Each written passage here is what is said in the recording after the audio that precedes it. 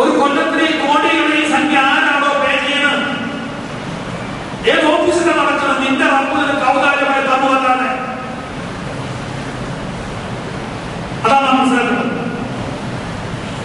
അതാണ് ഇമാം യാഫി തങ്ങൾ പറഞ്ഞത്, വിലമതിക്കാത്ത നിന്റെ ശ്വാസത്തെ നീ സൂക്ഷിച്ച പോലെ നിനക്കത് വില കൊടുക്കാൻ നിന്റെ ആയുഷ്കാലം മുഴുവൻ അധ്വാനിച്ചാൽ കഴിയില്ല മോനെ. ആ ശ്വാസത്തിന്റെ വില കണക്കാക്കാൻ നിനക്ക് പറ്റൂല. കൊടുക്കാന്ന് വെച്ചാൽ എനിക്ക് വേണം നിന്റെ ശ്വാസം, ഞാൻ വേറെ സ്വീകരിച്ചോളാം പറഞ്ഞാൽ നിനക്ക് ജീവിക്കാൻ പറ്റൊന്നുമില്ല. അത് മറ്റേതെങ്കിലും കാലത്ത് നീ 50 രൂപ നീ ഉടക്കിയാൽ അള്ളാ നിന്റെ ശ്വാസം എനിക്ക് വേണ്ട, ഇതുവരെ ചോദിച്ച കാശ് പിടിച്ചോന്ന് കൊടുക്കാനും നിന്നെ കൊണ്ട് കഴിയില്ല. അതാണ് ആ ശ്വാസത്തിന് വില കൊടുക്കാൻ നിന്റെ ആയുഷ്കാലം മുഴുവൻ പരിശ്രമിച്ചാലും നിനക്ക് കഴിയാത്ത മിസ്കീനാണ് നീ. അപ്പൊ നീ മിസ്കീനാണ്. നിന്റെ ശരീരത്തിന്റെ ആവശ്യ ഘടകമായ ഒരു ഓക്സിജന്റെ പോലും വില കൊടുക്കാൻ കഴിയാത്ത നീ മിസ്കീൻ. അതിൽ പിന്നെ ആരാണോ മിസ്കീൻ? നിന്റെ ഭംഗിക്കും അലങ്കാരത്തിനും വേണ്ടി ആയിരക്കണക്കിന് അല്ലെങ്കിൽ ലക്ഷക്കണക്കിന് രൂപ വിലയുള്ള വസ്ത്രങ്ങളും അതുപോലെ മറ്റ് ഉടയാടുകളും മറ്റ് താമസങ്ങളും ഉണ്ടാക്കുന്ന നിനക്ക് ശ്വസിക്കുന്ന ശ്വാസത്തിന് വില കൊടുക്കാൻ കഴിയാത്ത ഒരുത്തനാണെങ്കിൽ നീ തന്നെ മിസ്കീൻ.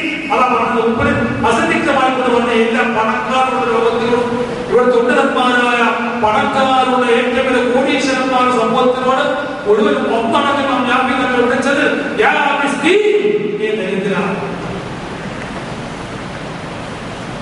എത്ര കോടീശ്വരാണ് നീ നേരിടുന്നത്? കാരണം നിനക്ക് നിന്റെ വില പോലും കൊടുക്കാൻ കഴിയില്ല. ഇതാണെങ്കിൽ മുഴുവൻ വിളിച്ചാൽ നിന്റെ വിശ്വാസത്തിന് കൊടുത്തു.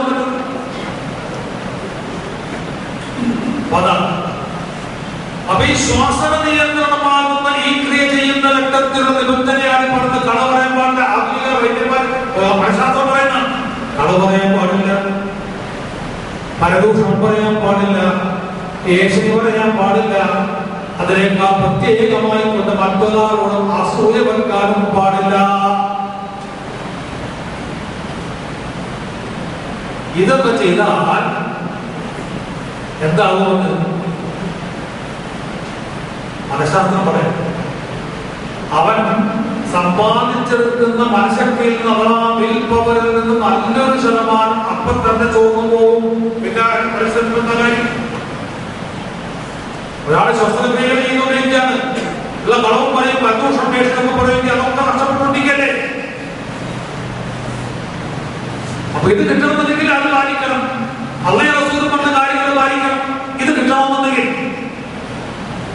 മനുഷ്യ ശരീരത്തിൽ അല്ലാഹു നിക്ഷേപിച്ചിരിക്കുന്ന രഹസ്യത്തിന്റെ കലവറ തുറന്നു കിട്ടണമെന്നുണ്ടെങ്കിൽ ഇത്തരം നീചോത്കൃഷ്ടമായ പ്രവർത്തനങ്ങളിൽ നിന്നും ചിന്തകളിൽ നിന്നും വചനങ്ങളിൽ നിന്നും ആ മനുഷ്യൻ മാറി നിന്നാലേ ലഭ്യമാകൂ എന്ന് ആധുനിക മനഃശാസ്ത്ര ലോകം അസന്നിഗ്ധമായി കൊണ്ട് ലോകത്തിന്റെ മുന്നിൽ തുറന്നു പ്രഖ്യാപിച്ചപ്പോ പരിശുദ്ധ ഇസ്ലാമിന്റെ അഥവാ സൂഫി വന്യന്മാർ ആളുകളുടെ ആ വ്യത്യാസങ്ങളുടെ വില എത്രമാത്രമാണ് ലഭിച്ചു. അതിന്റെ പുനരുത്പന്നത്തിന്റെ മാത്രം ഞങ്ങളെ പോലുള്ള ലോകത്തില്ലാത്ത പണ്ഡിതന്മാരായി മൂല്യന്മാർ അവർ പഴയ മൂല്യന്മാരെ അവർ കാലത്തെ പറയുന്നത് ആ മൂല്യന്മാരെ അപ്പോഴൊക്കെ ഞങ്ങളവർ അങ്ങനെ പറയണമെന്ന് അറിയാം.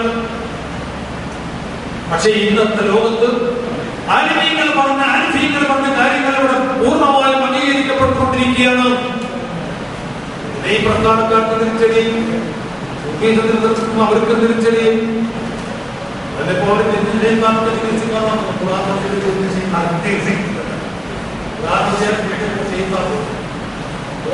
പോകുന്നവർ ശ്രദ്ധിക്കുന്നത് ചെയ്താൽ പോകാന്നല്ല.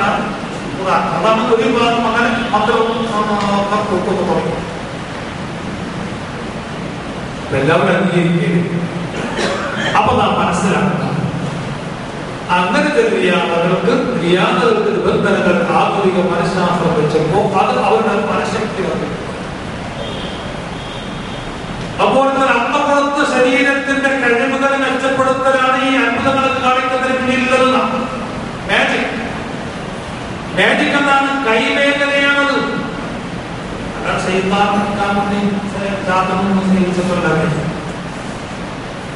ചിലപ്പോ ചില കൈവേഗത, അത് ചില ശങ്കീയ ചില രാസവസ്തുക്കളുടെ മരുന്നുകളുടെ പ്രയോഗം. ഈ പാല് മന്ദിരിച്ച് രക്താത്മ പരിപാടി പാല് മന്ദിരിക്കും, നല്ല വെള്ളശുദ്ധമായ പാല് താമസം ഞാൻ മന്ദിരിച്ചിട്ടുണ്ട്. കുടിക്കാൻ രക്തായിരുന്നു ആളുകൾ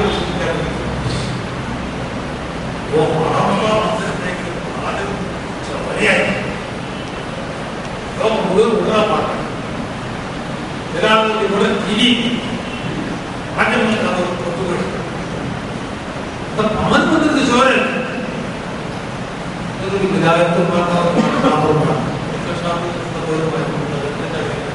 അതിന്റെ ആ മതಕ್ಕೆ മുന്നോട്ട് പോകാൻ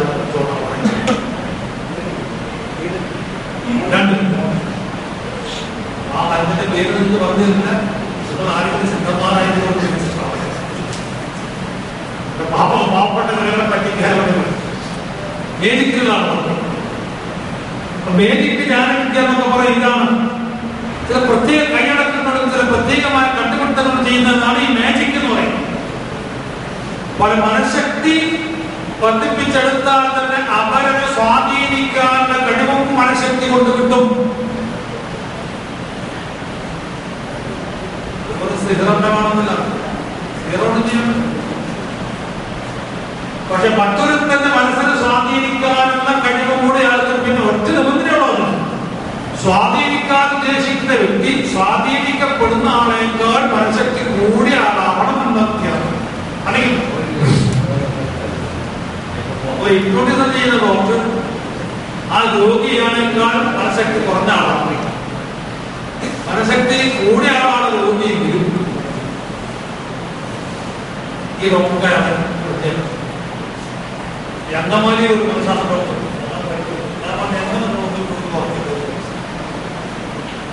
എന്തെന്താ അങ്ങനെ ഒരു കണ്ടുകൊണ്ട് നോക്കിയാൽ ഇയാൾക്ക് ഞാൻ നോക്കുമ്പോ ഇയാളും പോയി. കാരണം അത് കൊടുത്തുകൊണ്ടൊക്കെയല്ല, അയാളെ ഇങ്ങനെ. അപ്പൊ അതാണ് തന്നെ അനുഭവമാണ് ഈ പറയുന്നത്. അപ്പൊ ഡോക്ടറേക്കാൾ അവർ കുറഞ്ഞ ആളെ ഡോക്ടർക്ക് ഹിപ്നോട്ടിസം ചെയ്തുകൊണ്ട് നയിക്കാൻ പറ്റും. പക്ഷേ ഒരു വലിയ മനഃശക്തി അങ്ങനെയല്ല. ഒരു വലിയ മനഃശക്തി അങ്ങനെയല്ല. ഒരു വലിയ മനഃശക്തി കൊണ്ട് ലോകത്തെ മുഴുവൻ കീഴടക്കാൻ കഴിയും. ലോകത്തെ മുഴുവൻ കീഴടക്കാൻ ആ മനസ്സിന് കഴിയുന്നത് അല്ലാഹു സുബ്ഹാനഹു വ തആല പ്രത്യേകമായി കൊടുക്കുന്ന ഔദാര്യമാണ്. ذَلِكَ فَضْلُ اللَّهِ يُؤْتِيهِ مَن يَشَاءُ وَاللَّهُ ذُو الْفَضْلِ الْعَظِيمِ. അല്ലാഹു ഇച്ഛിക്കുന്നവർക്ക് പ്രത്യേകമായി കൊടുക്കുന്ന ഒരു ഔദാര്യമാണ്. അല്ലാഹു ഉദ്ദേശിക്കുന്നവർക്ക് അവൻ കൊടുക്കും. യർസുഖു മൻ യശാഉ ബിഗൈരി ഹിസാബ്. അത് ഉദ്ദേശിക്കുന്നവർക്ക് കയ്യും കണക്കുമില്ലാതെ കൊടുത്തുകൊണ്ടേയിരിക്കും. അത് അല്ലാഹു തആല നിലനിൽക്ക് അവർ നിശ്ചയിക്കുന്ന മാർഗത്തിലൂടെ നൽകുന്നതെങ്കിൽ അങ്ങനെ മറികടക്കാൻ ഒരാൾക്ക് സാധ്യമല്ല. ഔലിയാക്കന്മാരെ കറാമത്തിനാരും മറികടന്നില്ലല്ലോ. അമ്പിയാക്കന്മാരുടെ പ്രവചനത്തിനാർക്കും മറികടക്കാൻ കഴിഞ്ഞില്ലല്ലോ. മൂസാ നബി അലൈഹിസ്സലാമിന്റെ പാപനെ മറികടക്കാൻ ആ കാലഘട്ടത്തിലുള്ള നൂറുകണക്കിന് സാഹചര്യങ്ങളുടെ ഉഗ്രവൃത്തികളായ പാപങ്ങളെ കൊണ്ട് മറികടക്കാൻ കഴിഞ്ഞില്ലല്ലോ. അതെന്തുകൊണ്ടാണ്? അല്ലാഹു കൊടുക്കുന്ന ആ മഹത്തായ അവർ ആ ശക്തിയെ മറികടക്കാൻ ലോകത്ത് ഒന്നിനും സാധ്യമല്ല. അങ്ങനത്തെ വലിയ വിളികളാണ് ഈ ലോകത്തിന്റെ മുന്നിൽ നടന്നുപോയത്. ലോകത്തെ മുഴുവൻ പരിശോധിച്ച് ചതിച്ചുകൊണ്ടിരിക്കുന്ന ഇബ്ലീസുൽ ലഈൻ ലഅനത്തുല്ലാഹി അലൈഹി ഒരിക്കൽ ബഹുമാനപ്പെട്ട അബൂൽ ഫാറൂഖ് റളിയല്ലാഹു അൻഹുമായി കൊണ്ട് കണ്ടുമുട്ടി.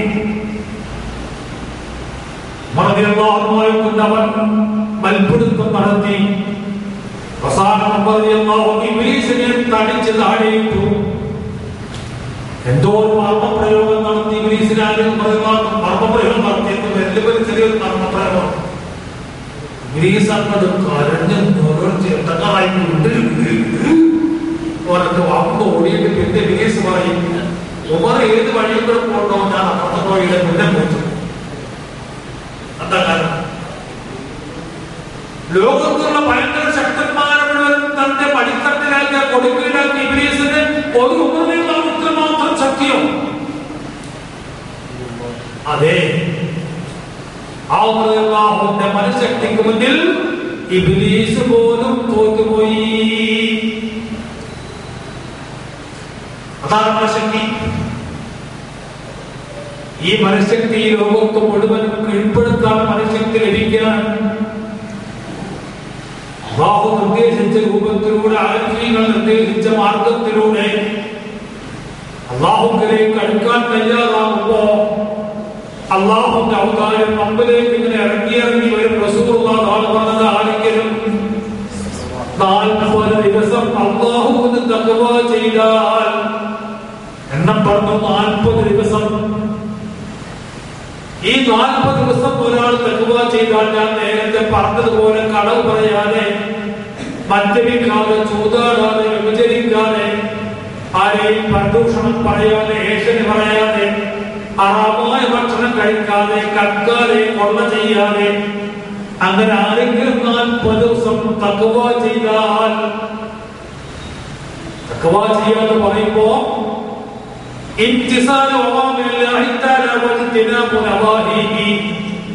അല്ലാഹുവിന്റെ കൽപ്പനകൾ അനുസരിക്കലും നിരോധനങ്ങൾ ഉപേക്ഷിക്കലും ആണ്. ഇപ്പൊ കൽപ്പനകൾ സ്വീകരിക്കാന്ന് പറഞ്ഞാൽ 5 വക്ത് ഫർദ് നിസ്കാരം, റമദാനിൽ നോമ്പനുഷ്ഠാനം, റമദാനില്ലാത്ത മാസങ്ങളിൽ നോക്കുമ്പോൾ എന്താണുള്ള ഫർദായ നമ്മുടെ അനുഷ്ഠാനം കൽപ്പന എന്താണുള്ളത്? 5 വക്ത് നിസ്കാരം മാത്രമാണ്, ഫർദ് നിസ്കാരം മാത്രമാണ്. ഒരാൾ തഖ്വ ചെയ്യാൻ ഉദ്ദേശിച്ചാൽ അവർക്ക് ഒരു ദിവസത്തിൽ അധ്വാനം, അവൻ ചെയ്യേണ്ട കാര്യം കുറച്ചേ ഉള്ളൂ. ഊർജം 4 മണിക്കൂർ മാത്രമേ ഉള്ളൂ തഖ്വയാവാൻ ചെയ്യുന്ന കാര്യം. അതേ സ്ഥാനത്ത് ഉപേക്ഷിക്കേണ്ട കാര്യം എന്തിനാണ് ബുദ്ധിമുട്ട്? ഉപേക്ഷിക്കാൻ പലതും നമുക്ക് എളുപ്പമാണെന്ന് തോന്നുന്ന സാധ്യമല്ല. കളവ് പറയാതിരിക്കാൻ സൂക്ഷിക്കണം, പരദൂഷണം പറയാതിരിക്കാൻ സൂക്ഷിക്കണം, ഏഷണി പറയാതിരിക്കാൻ സൂക്ഷിക്കണം, മറ്റ് ഹറാമായ സമ്പത്ത് നമ്മൾ വന്നു ചേർന്നുണ്ടോ എന്ന് സൂക്ഷിക്കണം. അങ്ങനെ ഉപേക്ഷിക്കാനുള്ള കാര്യങ്ങളിലേക്കാൾ ശ്രദ്ധ കൂടുതൽ ചെലുത്തേണ്ടത് എന്നാൽ ജനം വിചാരിച്ചേക്കണം. മറിച്ചാണ് പ്രവൃത്തിയിലും ഏകദേശം ഉള്ളതുപോലെ തന്നെയാണ് വിവാദം തന്ന് കൂട്ടി ചെയ്യുക. മറുഭാഗത്ത് നിരോധന മേഖലയിൽ ശ്രദ്ധ പോലില്ലാതെ ചെയ്താൽ അവന്റെ വിൽപ്പവർ വർദ്ധിക്കാൻ പോണില്ല. അപ്പൊ ഉപേക്ഷിക്കേണ്ട കാര്യങ്ങളാണ്. വ്യഭിചാരം ഉപേക്ഷിക്കും, മദ്യം ഉപേക്ഷിക്കാൻ, പക്ഷെ ഈ കളവ് പറയാൻ പരദൂഷണം പഠിക്കാൻ കുറച്ച് പുസ്തകം.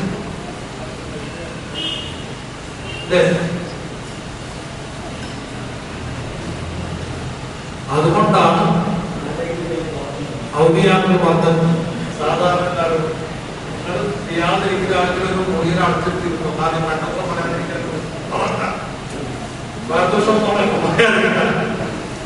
മറ്റൊരാൾക്ക് എന്തെങ്കിലും തുണമ്പത്, എന്തെങ്കിലും ഒരു സമ്മർദ്ദത്തിന്റെ തുടങ്ങിയത് ആരും പറ്റി എന്തെങ്കിലും പറഞ്ഞു ആർക്കും അവിടെ ഇരുന്നോ കള പറയാം. ജമാഅത്ത് മാത്രം അത് ഇത് ഒഴിവാക്കാൻ വേണ്ടിയിട്ടാണ്. അത് ഒഴിവാകാനുള്ള മനഃശക്തി ഒരാളാണെങ്കിൽ കാര്യം എല്ലാവർക്കും മനഃശക്തി കൂല. അതുകൊണ്ട് ചില മഹാന്മാര് ചില ഇയാള് വെക്കുമ്പോ ചെറുക്കാണെന്ന് പിന്നെ നമുക്ക് ഹൽവത്തിരിക്കാൻ ഹൽവത്തിരിക്കാൻ പറയും, ഹൽവത്തില്ലാതെ പറയും, അത് ആ വരുന്ന ആളുടെ മനസ്സ് പഠിച്ചുകൊണ്ട് ശേഖ് പറയുന്നതാണത്. അപ്പൊ അതൊക്കെ ഉപേക്ഷിക്കണം. അപ്പൊ അതൊക്കെ ഉപേക്ഷിക്കുമ്പോൾ മനഃശക്തി വർദ്ധിക്കുമെന്ന ആധുനിക മനഃശാസ്ത്രം പറയുമ്പോൾ അത് വിശ്വസിച്ചുകൂടെ? ഇല്ലെങ്കിൽ മനഃശക്തി വർദ്ധിക്കും. അപ്പോൾ എന്താണ് നമ്മൾ ചിന്തിക്കുന്നത്? അല്ലാഹ്. ഏതെങ്കിലും ഒരു വിഷയത്തിൽ നാം ചിന്തിച്ചാൽ ആ ചിന്ത നമ്മുടെ മനസ്സിന്റെ ബോധ മനസ്സിൽ നിന്ന് ഉപബോധ മനസ്സിലേക്ക് എത്തി. ആ ഉപബോധ മനസ്സിൽ നിന്ന് അതേ അതിശക്തിയും അത്ഭുത പ്രവർത്തയും അല്ലാഹു നൽകിയിരിക്കുന്ന നമ്മുടെ മൂന്നാമത്തെ മനസ്സ് അഥവാ ആനന്ദ മനസ്സ്, ആനന്ദ മനസ്സിലേക്ക് എത്തിയാൽ അവൻ ഉദ്ദേശിക്കുന്നതൊക്കെ നടക്കും. അതാണ് അല്ലാഹുവിന്റെ റസൂലിനോട് അല്ലാഹു തആല പറഞ്ഞത്, അലം നശ്റഹ് ലക സദ്റക, നബിയെ താങ്കളുടെ മനസ്സിനെ ഞാൻ വിശാലമാക്കി തന്നില്ലേ. ഇത് ഭയങ്കരമായ ഔദാര്യമാണ് നബിയോടൊന്ന് പറഞ്ഞത്. അലം നശ്റഹ് ലക സദ്റക. മറ്റമ്പിയാക്കന്മാരൊക്കെ ഈ മഖാമ കിട്ടാൻ വേണ്ടി, ഈ അവസ്ഥയ്ക്ക് വേണ്ടി അല്ലാഹുവോട് അങ്ങോട്ടാണ് പ്രാർത്ഥിച്ചത്. മൂസാ നബി അലൈഹി സ്വലാം പ്രാർത്ഥിച്ചു, പടച്ചോനെ ഈ മനസ്സ് വിശാലമാവുക എന്നത്, വിൽ പവർ വർദ്ധിക്കുക, അതിന്റെ മഹത്വം നേടുക എന്നത് ഒരു വലിയ കാര്യമാണ്. തമ്പുരാനെ, നീ എനിക്കൊരു ബുദ്ധ നൽകി, നിനക്ക് എല്ലാ ആധിപത്യങ്ങളും നീ എനിക്ക് നൽകി, നീ എന്നെ പ്രവാചകനാക്കി ഉരുൾനസുകളിൽ പെടുത്തി. പക്ഷേ അതൊന്നും പോരാ. ഞാൻ ആഗ്രഹിക്കുന്നത് റബ്ബി ഇശ്റഹ് ലി സദ്രി, എന്റെ മനസ്സിനെ നീ വിശാലമാക്കി താ. ചെറിയ കാര്യമല്ല, മനസ്സ് വിശാലമാക്കി ചെറിയ കാര്യമല്ലോ. ഈ മൂസാ നബി കരഞ്ഞു ചോദിച്ച കാര്യമാണ് അപ്പൊ ഇങ്ങോട്ട് പറയുന്നത്. അല്ല, ഞാൻ ചോദിക്കാതെ ചെയ്തു തന്നില്ലേ, ആവശ്യപ്പെടാൻ ചെയ്തെന്ന കാര്യമാണ്. അപ്പൊ ഈ ഒരു മഹത്വം കിട്ടുക എന്ന് പറഞ്ഞാൽ ഭയങ്കരമായ മഹത്വമാണെന്ന കാര്യം ഉറപ്പല്ലേ?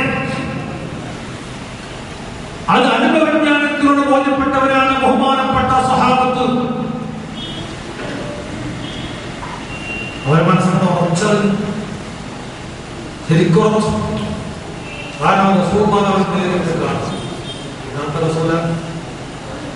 ഒരു മനുഷ്യനാണെന്ന് കണ്ടാൻ പോകുമെങ്കിലും മനുഷ്യനല്ലാന്ന് കണ്ടാൻ പോകും. കണ്ടാ മനുഷ്യനാണെങ്കിലും മനുഷ്യനാണെന്ന് തോന്നുമെങ്കിലും ഇതൊരു സാധാരണ മനുഷ്യനാണെന്ന് കാണുന്നവർക്കൊക്കെ തോന്നും. പലർക്കും തോന്നിയിട്ടുണ്ട്. ആ ശരീര ഭംഗിയും എടുപ്പും അത് തന്നെയാണ്. ആ ഹബീബിന്റെ മുഖപ്രസാദം അത്രമാത്രം മഹത്തരമാണ്. ഒരു പ്രത്യേക സൃഷ്ടി കാണുന്നവരുടെ മനസ്സുടക്കവരോട് മക്കൾക്കും ഇത്രയും സൗന്ദര്യമുള്ള ഒരു ഒരു മനുഷ്യൻ ഞാൻ ജീവിതത്തിൽ കണ്ടിട്ടില്ലല്ലോ. അത്രമാത്രം ഗൗരവമുള്ള മുഖമുള്ള ഒരാളെ ഞാൻ കണ്ടിട്ടില്ലല്ലോ ജീവിതത്തിൽ. ഇത്രമാത്രം ലാളിത്യ മുഖഭാവമുള്ള ആരെയും ഒരാളെയും ഞാൻ ജീവിതത്തിൽ കണ്ടിട്ടില്ല. ഒരു മനസ്സിൽ തോന്നുന്നതാണ് നിമിഷങ്ങളൊക്കെ. ഇതിൽ ഗൗരവമുള്ള ആളെയും കണ്ടിട്ടില്ല, ഇതിൽ സൗന്ദര്യമുള്ള ആളെയും കണ്ടിട്ടില്ല, ഇതിൽ ലാളിത്യമുള്ള ആളെയും കണ്ടിട്ടില്ല. അതാ മുഖത്തിന്റെ പ്രത്യേകതയാണ്. സ്വാതന്ത്ര്യം നേരിട്ട് കാണാനില്ല. സ്വാതന്ത്ര്യത്തിൽ അതല്ലേ ഒരു ജൂതൻ റസൂലുള്ളാഹി പ്രസവിച്ചാൽ ഇതിനെ കണ്ടപ്പോൾ തന്നെ ബോധം കണ്ടു പോയില്ലേ? ജൂതൻ നക്ഷത്രം നോക്കി വന്നു, ആ കുട്ടി ജനിച്ചിട്ടുണ്ട്. അന്നവിടെ കച്ചവടം, ഒന്നാമത്തെ ഉത്സവമാണ്. ഉത്സവത്തിന് എന്തോ പുലിയുണ്ടാകും ഈ ജൂതൻ. അയാൾ വന്ന കുട്ടിയെ ചെന്ന് അന്ന് അന്വേഷിച്ചപ്പോൾ അന്ന് ഒരു പെണ്ണും പറ്റില്ല. ആമിന പെണ്ണല്ല, അവൻ അല്ലാതെപ്പെട്ടു. രാമരാമ പ്രസവിച്ചിട്ടില്ല. അങ്ങനെ അവിടെ ആ കുട്ടിയെ ഒന്ന് കാണിച്ചു കൊടുക്കാൻ,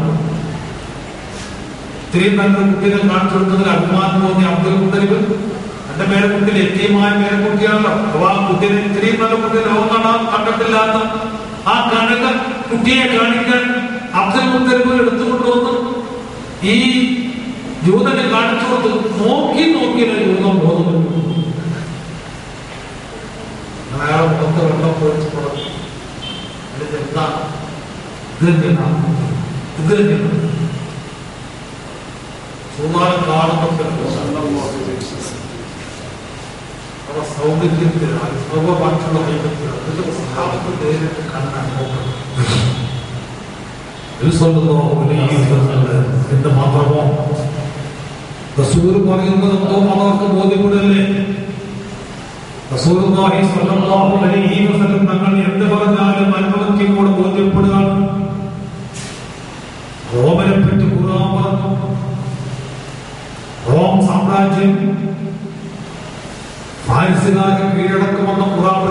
പ്രഖ്യാപിച്ചപ്പോ ഒലികത്ത് പോകുന്ന സൂറത്തിലൂടെ പ്രഖ്യാപിച്ചപ്പോ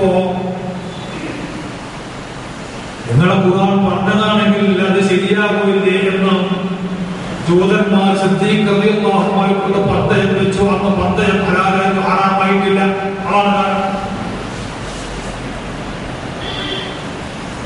സിദ്ദീഖ് റളിയല്ലാഹു അൻഹു ഫീ ഉദൈസനീന ഏതാനും കൊല്ലങ്ങൾക്കുള്ളിൽ എന്ന് ഖുർആൻ പ്രഖ്യാപനമുണ്ട്. റോം സാമ്രാജ്യം അതിജയിക്കുമെന്ന് പറഞ്ഞത് ഖുർആൻ ഫീ ഉദൈസനീൻ ഏതാനും കൊല്ലങ്ങൾക്കുള്ളിൽ എന്ന പ്രഖ്യാപനം അത് 9 കൊല്ലമാണ്. സിദ്ദീഖ് റളിയല്ലാഹു അൻഹു വ്യാഖ്യാനിച്ചു. 9 കൊല്ലം. ഖുർആന്റെ വ്യാഖ്യാനം സിദ്ദീഖ് റളിയല്ലാഹു പറയും 9 കൊല്ലം തന്നെ അത് സംഭവിച്ചോ. എന്താണ് ഗൗരവകരമാണ്. നബി സല്ലല്ലാഹു അലൈഹി വസല്ലം തങ്ങൾ